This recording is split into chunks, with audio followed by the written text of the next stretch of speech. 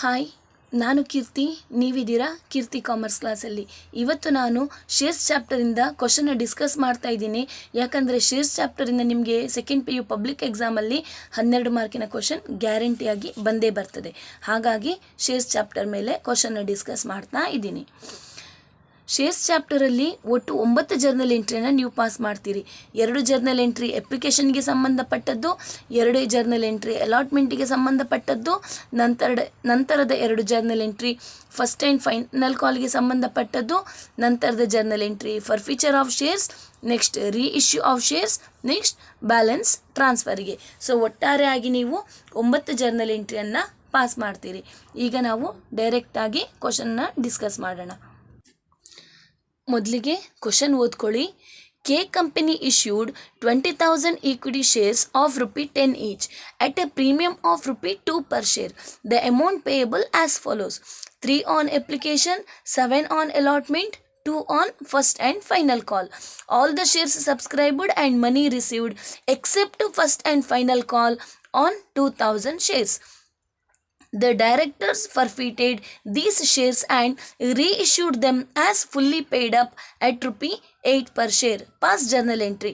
So ಹಾಗಾದರೆ ಯಾವಾಗ ನಿಮಗೆ ಪ್ರಾಬ್ಲಮಲ್ಲಿ ಫರ್ಫೀಟ್ ರೀಇಶ್ಯೂ ಅಂತ ಕೊಡ್ತಾರೋ ಆವಾಗ ಅದು ಫರ್ಫೀಚರ್ ಮತ್ತು ರೀಇಶ್ಯೂಗೆ ಸಂಬಂಧಪಟ್ಟ ಕ್ವಶನ್ ಅಂತ ಲೆಕ್ಕ. ಹಾಗಾದರೆ ನಿಮಗೆ ಎಷ್ಟು ಜರ್ನಲ್ ಎಂಟ್ರಿ ಪಾಸ್ ಮಾಡಲಿಕ್ಕಿದೆ? 9 ಜರ್ನಲ್ ಎಂಟ್ರಿಯನ್ನು ನೀವು ಪಾಸ್ ಮಾಡಬೇಕು. ಆಯಿತಾ? ಈಗ K company issued 20,000 equity shares of ₹10 each at a premium of ₹2. ಹಾಗಾದರೆ 10 + 2 ಎಷ್ಟಾಯಿತು? 12. ಹಾಗಾದರೆ 12 ಒಟ್ಟು ಅಮೌಂಟ್ ಆಗಿರಬೇಕು. The amount was payable as follows: 3 on application, 7 on allotment, 2 on first and final ಕಾಲ್. 7 + 3 + 2 12. ನಿಮಗೆ ಇಲ್ಲಿರುವಂಥದ್ದು 12. ಇಲ್ಲಿ ಏನು ಹೇಳಿದ್ದಾರೆ ಅಲಾಟ್ಮೆಂಟಲ್ಲಿ? ₹7 ಆನ್ ಅಲಾಟ್ಮೆಂಟ್ ಇನ್ಕ್ಲೂಡಿಂಗ್ ಪ್ರೀಮಿಯಮ್. ಅಂದರೆ ಈ ₹7 ಪ್ರೀಮಿಯಮ್ ಕೂಡ ಇನ್ಕ್ಲೂಡ್ ಆಗಿದೆ. ಹಾಗಾದರೆ ಅಲಾಟ್ಮೆಂಟ್ ಫಿಗರ್ ಎಷ್ಟು? 5 ಪ್ಲಸ್ ಪ್ರೀಮಿಯಮ್ ಎಷ್ಟು? 2. ಹಾಗಾದರೆ ಒಟ್ಟು 7. 5 + 2 7 ಅಂತ ಲೆಕ್ಕ. Next, all the shares were subscribed and money duly received except first and final call on 2,000 shares. ಅಂದರೆ ಕೆ ಕಂಪನಿ ಶೇರ್ಸನ್ನು ಇಶ್ಯೂ ಮಾಡಿದಾಗ ಏನಾಗಿದೆ ಅಂದರೆ ಆ ಶೇರ್ ಹೋಲ್ಡರ್ ಇದ್ದಾನಲ್ವಾ, ಅವನು ಎಲ್ಲ ಶೇರ್ಸಿನ ಅಮೌಂಟನ್ನು ಕೊಟ್ಟಿದ್ದಾನೆ. ಆದರೆ 2,000 ಶೇರ್ಸ್ನ ಮೇಲೆ ಫಸ್ಟ್ ಆ್ಯಂಡ್ ಫೈನಲ್ ಕಾಲ್ ಅಮೌಂಟನ್ನು ಕೊಡಲಿಕ್ಕೆ ಫೇಲ್ ಆಗಿದ್ದಾನೆ. ಒಟ್ಟು ಕೆ ಕಂಪನಿ ಇಶ್ಯೂ ಮಾಡಿದ್ದು 20,000 ಶೇರ್ಸ್. 20,000 ಶೇರ್ಸಲ್ಲಿ 2,000 ಶೇರ್ಸಿನ ಮೇಲೆ ಅವನು first and final call amount ಕೊಡಲಿಕ್ಕೆ ಫೇಲ್ ಆಗಿದ್ದಾನೆ. ಅಂದರೆ ಅದರ ಅರ್ಥ ಏನು?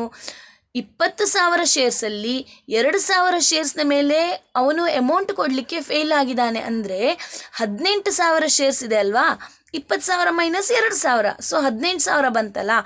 ಆ 18,000 ಶೇರ್ಸಿನ ಮೇಲೆ ಅವನು ಫಸ್ಟ್ ಆ್ಯಂಡ್ ಫೈನಲ್ ಕಾಲ್ ಮನಿ ಕೊಟ್ಟಿದ್ದಾನೆ. 2,000 ಶೇರ್ಸ್ನ ಮೇಲೆ ಫಸ್ಟ್ ಆ್ಯಂಡ್ ಫೈನಲ್ ಕಾಲ್ ಮನಿ ಕೊಡಲಿಲ್ಲ ಅಂತ ಲೆಕ್ಕ. ಗೊತ್ತಾಯ್ತಾ? ಈಗ ಡೈರೆಕ್ಟಾಗಿ ಕ್ವಶನ್ ಸೊಲ್ಯೂಷನ್ ಮಾಡ್ತಾ ಹೋಗ್ತೀನಿ.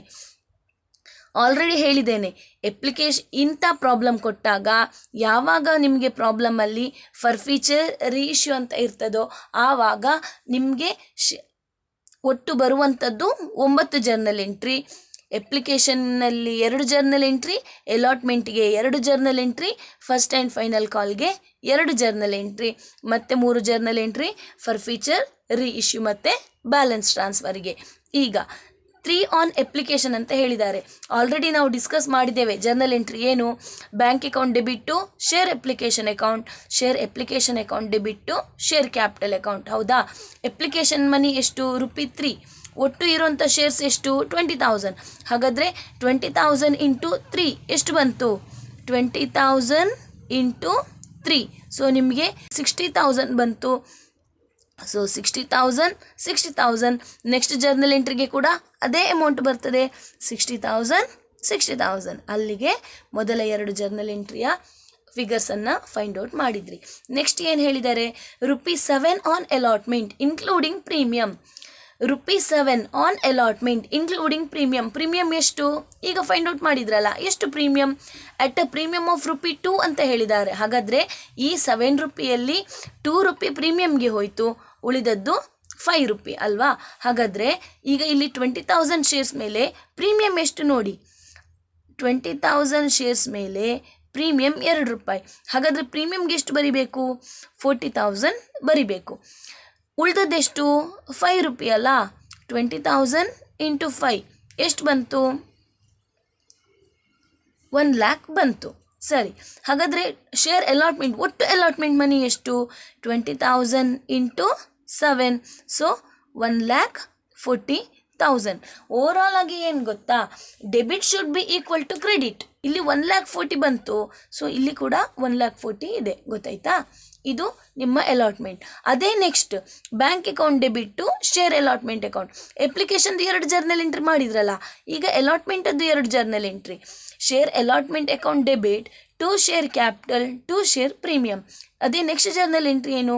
Bank account debit to share allotment account. ಇಲ್ಲಿ ನೀವು ಕನ್ಫ್ಯೂಷನ್ ಮಾಡ್ಕೊಳ್ಬೇಡಿ ಎಷ್ಟು ಅಮೌಂಟ್ ಎಂಟ್ರಿ ಮಾಡಬೇಕು ಅಂತ. ಇಲ್ಲಿ ಶೇರ್ ಅಲಾಟ್ಮೆಂಟ್ ಎಷ್ಟು ಮಾಡಿದ್ದೀರಿ ಅದೇ ಫಿಗರ್ ಇಲ್ಲಿ ಕೂಡ ಬರ್ತದೆ. ಶೇರ್ ಅಲಾಟ್ಮೆಂಟ್ ಇಲ್ಲಿ ಎಷ್ಟು ಮೆನ್ಷನ್ ಮಾಡಿದ್ದೀರಿ? 1,40,000 ಅಲ್ವಾ. ಹಾಗಾದರೆ ಇಲ್ಲಿ ಕೂಡ ಟು ಶೇರ್ ಅಲಾಟ್ಮೆಂಟ್ ಎಷ್ಟು ಬರಬೇಕು? 1,40,000 ಬರಬೇಕು. ಹಾಗಾದರೆ ಇಲ್ಲಿಗೆ ಎಷ್ಟು ಬರಿಬೇಕು? ಇಲ್ಲಿಗೆ ಕೂಡ 1,40,000. ಯಾಕೆ? Debit should be equal to credit ಅಲ್ವಾ. ಇಲ್ಲಿ ಬರುವ ಫಿಗರ್ ಇಲ್ಲಿ ಬರುವ ಫಿಗರ್ ಈಕ್ವಲ್ ಆಗಿರಬೇಕು. ಇಲ್ಲಿ ನೀವು 1,20,000 ಬರೀಲಿಕ್ಕೆ ಆಗ್ತದಾ? ಇಲ್ಲ, ಯಾಕಂದರೆ ಇಲ್ಲಿ 1,40,000 ಇದೆ. ಸೊ ಇಲ್ಲಿ ಕೂಡ ನೀವು 1,40,000ನೇ ಬರಿಬೇಕು. ಆಯಿತಾ? Next ₹2 on first and final call. First and final ಕಾಲ್ ಕೊಟ್ಟಿದ್ದಾರೆ. ಎಷ್ಟು? 20,000 ಶೇರ್ಸ್ನ ಮೇಲೆ ₹2 ಕೊಡಲಿಕ್ಕೆ ಬಾಕಿ ಇದೆ ಅಂತೇಳಿ ಅವ್ರು ಕಾಲ್ ಕೊಟ್ಟಿದ್ದಾರೆ. ಹೌದಾ? ಹಾಗಾದರೆ ಎಷ್ಟು ಕೊಡಲಿಕ್ಕೆ ಬಾಕಿ ಇದೆ ಅಂತೇಳಿ ಕಾಲ್ ಕೊಟ್ಟಿದ್ದಾರೆ?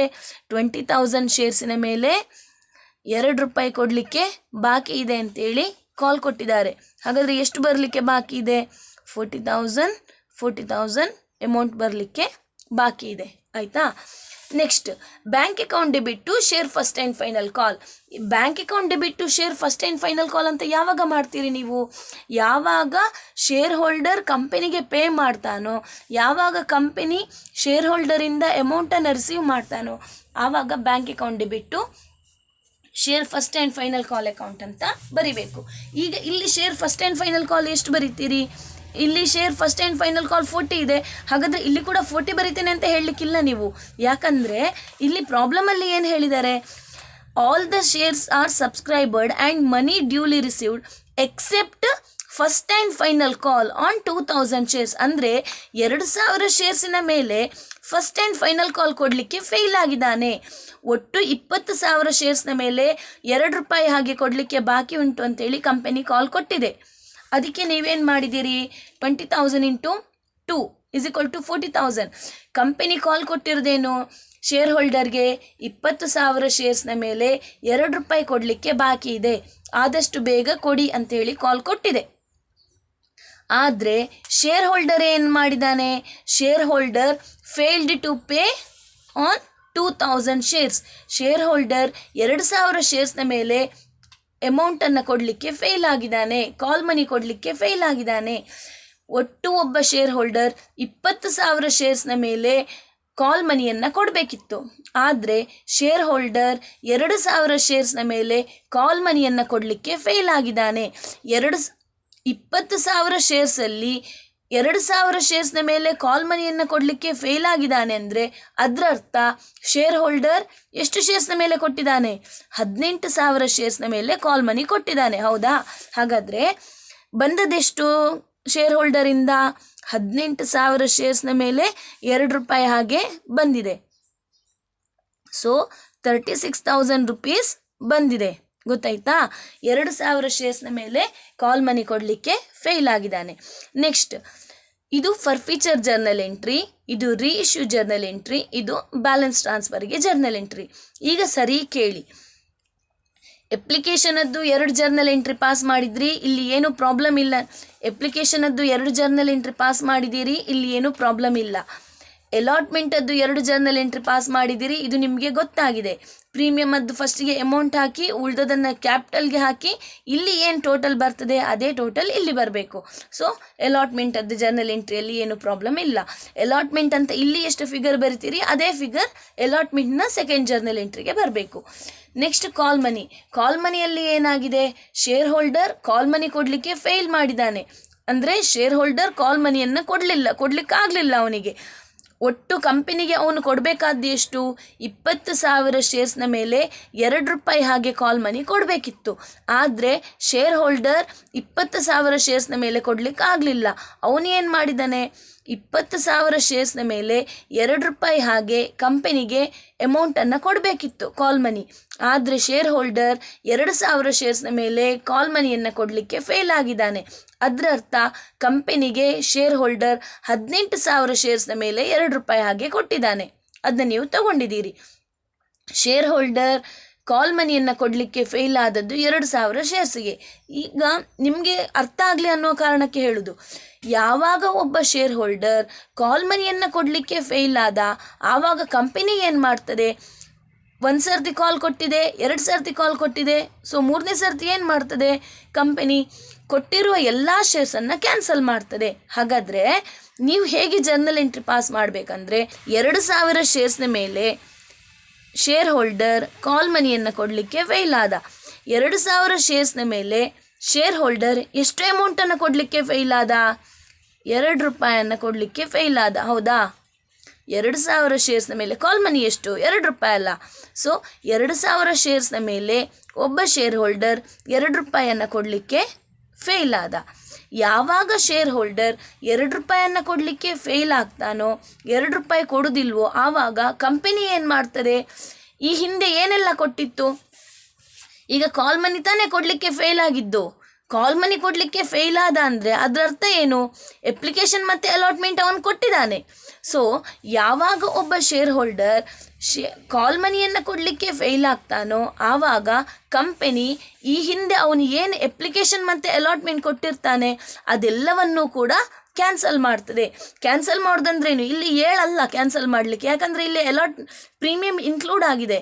ಹಾಗಾಗಿ 3 + 5, ಹಾಗಾದರೆ ಒಟ್ಟು ಎಷ್ಟು? ₹8 ಕ್ಯಾನ್ಸಲ್ ಮಾಡ್ತದೆ. ಯಾಕಂದರೆ ಒಟ್ಟಾರೆಯಾಗಿ 2,000 ಶೇರ್ಸ್ನ ಮೇಲೆ ಎಷ್ಟು ರೂಪಾಯಿ ಬರಬೇಕು? ₹10 ಬರಬೇಕು.